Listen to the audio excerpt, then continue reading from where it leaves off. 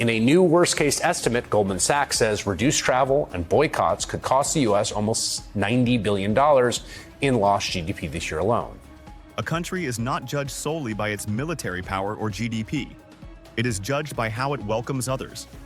Once upon a time, the United States was the gold standard of hospitality, a land that people from France, Japan, Brazil, or the Arab world dreamed of visiting. A nation where freedom met diversity and where every tourist felt embraced by something greater than monuments, the American spirit. But today, that image is falling apart. And the culprit, unmistakably, is what many now call a war against visitors, orchestrated and proudly enforced by Donald Trump. Beneath the slogans about protecting borders and fighting illegal immigration lies a policy that is making the United States feel colder, more fearful, and more isolated than ever before. Shortly after taking office, Donald Trump signed a barrage of executive orders, travel bans, visa restrictions, massive funding increases for border enforcement, all under the banner of national security. At first, these moves were justified as a defense against terrorism. But the side effects were swift and devastating. The world began to feel unwelcome. International travelers were pulled into hour-long interrogations at airports. Visitors from the Middle East, South Asia, and Africa saw their visa applications denied without explanation. U.S. embassies abroad introduced prolonged, often humiliating screening procedures. Tourists began asking themselves, is it even worth going to the U.S. anymore? According to the World Travel and Tourism Council, America saw a steep decline in international tourism, especially from key markets like China, India, Germany, and Brazil. In 2023 alone, the U.S. tourism sector lost over $28 billion compared to post-COVID recovery forecasts. But the damage wasn't just financial, it was cultural, emotional, personal. When tourists stay away, entire ecosystems collapse. Thousands of hotels, from Las Vegas to Miami, were forced to lay off staff. Restaurants, supermarkets, tour services, and transportation companies took a direct hit. Small businesses, souvenir shops, local museums, family-run cafes, found themselves trapped in a downward spiral. In New York City, which once welcomed nearly 13 million foreign visitors a year, tourism revenues plummeted by almost 40% compared to pre-pandemic levels. But here's the catch. While most of the world is recovering, the U.S. is still losing ground. Not because of COVID, but because of fear and policy. And that fear is being exported. The image of America as the land of liberty is being replaced by one of fences, fingerprinting, surveillance, and suspicion. The tragedy runs deeper than economics. It strikes at the heart of what it means to be an open society. Where once a traveler saw the U.S. as a place of wonder and possibility, now they see a risk, a gamble, a country where they might be detained, interrogated, or turned away for reasons they'll never understand. And as America retreats behind policy walls, other countries step forward. Tourists who once chose the U.S. are now going to Japan, Canada, Italy, France, nations seen as welcoming, respectful, and culturally alive. The numbers are only part of the story. The true loss is harder to quantify. The child in Nairobi who dreamed of seeing Disney World. The artist from Berlin who wanted to study at MoMA. The family from São Paulo who saved for years to tour the Grand Canyon. Now, they look elsewhere. And slowly, the U.S. becomes a destination no one dreams about anymore. Donald Trump says he wants to make America great again. But no country can be great if no one wants to visit it. You can build walls. You can deny visas. You can train officers to interrogate instead of welcome. But you cannot force the world to admire a nation that has shut its doors out of fear and prejudice. Tourism is not just about money. It's about human connection. It's about culture, empathy, shared experience. When America turns its back on the world, it isn't just rejecting visitors, it's rejecting the very values that once made it shine. And if this war on visitors continues, the United States may one day wake up to find its hotels empty, its airports quiet, its streets echoing with silence. Not because the world forgot about America, but because it was no longer worth the visit. Donald Trump's entire shtick as president is that America is being ripped off by foreigners, and we're kicking people out, not letting people in. There was a time when the world dreamed of coming to America. To walk through Times Square, to see the Grand Canyon, to stand beneath the Statue of Liberty and whisper the words, "This is the land of freedom." But today, the dream is fading. Not because of a global recession, not because of natural disasters or war, but because America, once the beacon of welcome, is slowly closing its doors. Foreign tourists aren't staying away because they've stopped loving American culture. They're staying away because America no longer loves them back.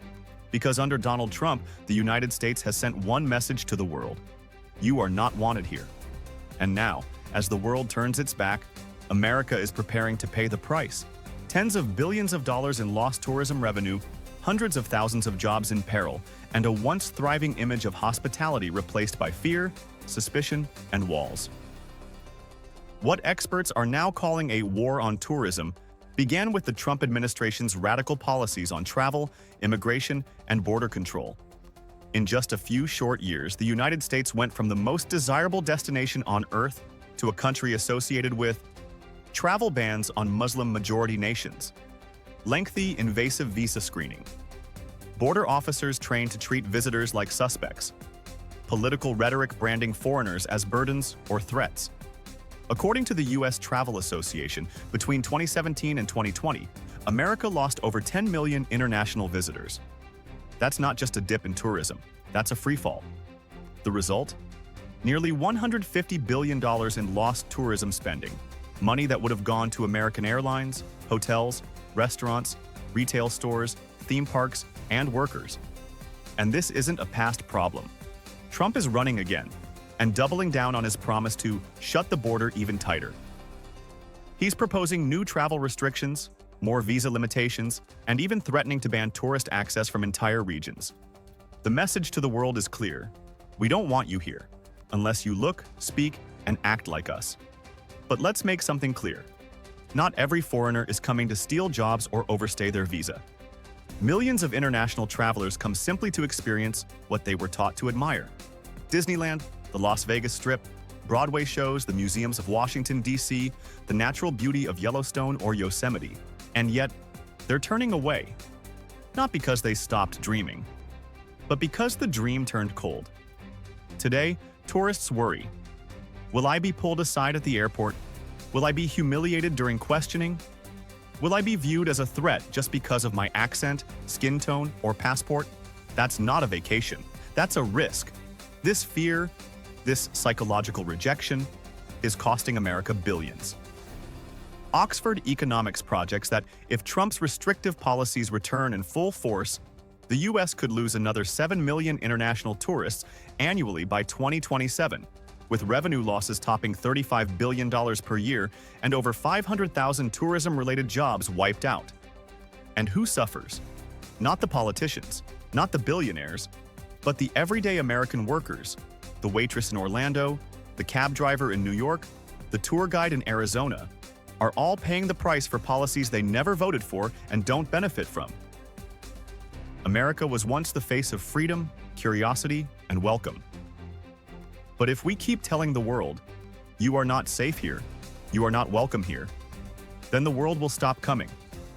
And it already is. Tourists from Europe, Asia, Latin America, once loyal to the American dream, are choosing other destinations: Japan, Canada, France, Italy. Places that still greet travelers with open arms, not fingerprint scanners and interrogation rooms. So when Trump screams, "Make America Great Again," the world hears something very different. Go away. We don't want you here. The tragedy is not just economic, it's cultural, it's symbolic. Because when tourists stop coming, they don't just take their money, they take their stories, their admiration, their desire to connect. If America insists on shutting the world out, it may soon wake up to a bitter reality. A nation that stands alone, with empty hotels, silent airports, and lost opportunities echoing through streets that once welcomed the world. They're signed, even ones that they've kind of announced, like the U.S. and the U.K. and Vietnam and even China. They've made progress, but they still haven't actually signed off on everything. We're still being targeted for tariffs and for adjustment in the terms of trade. So there's still a higher level of uncertainty in Canada right now that could impact the job market.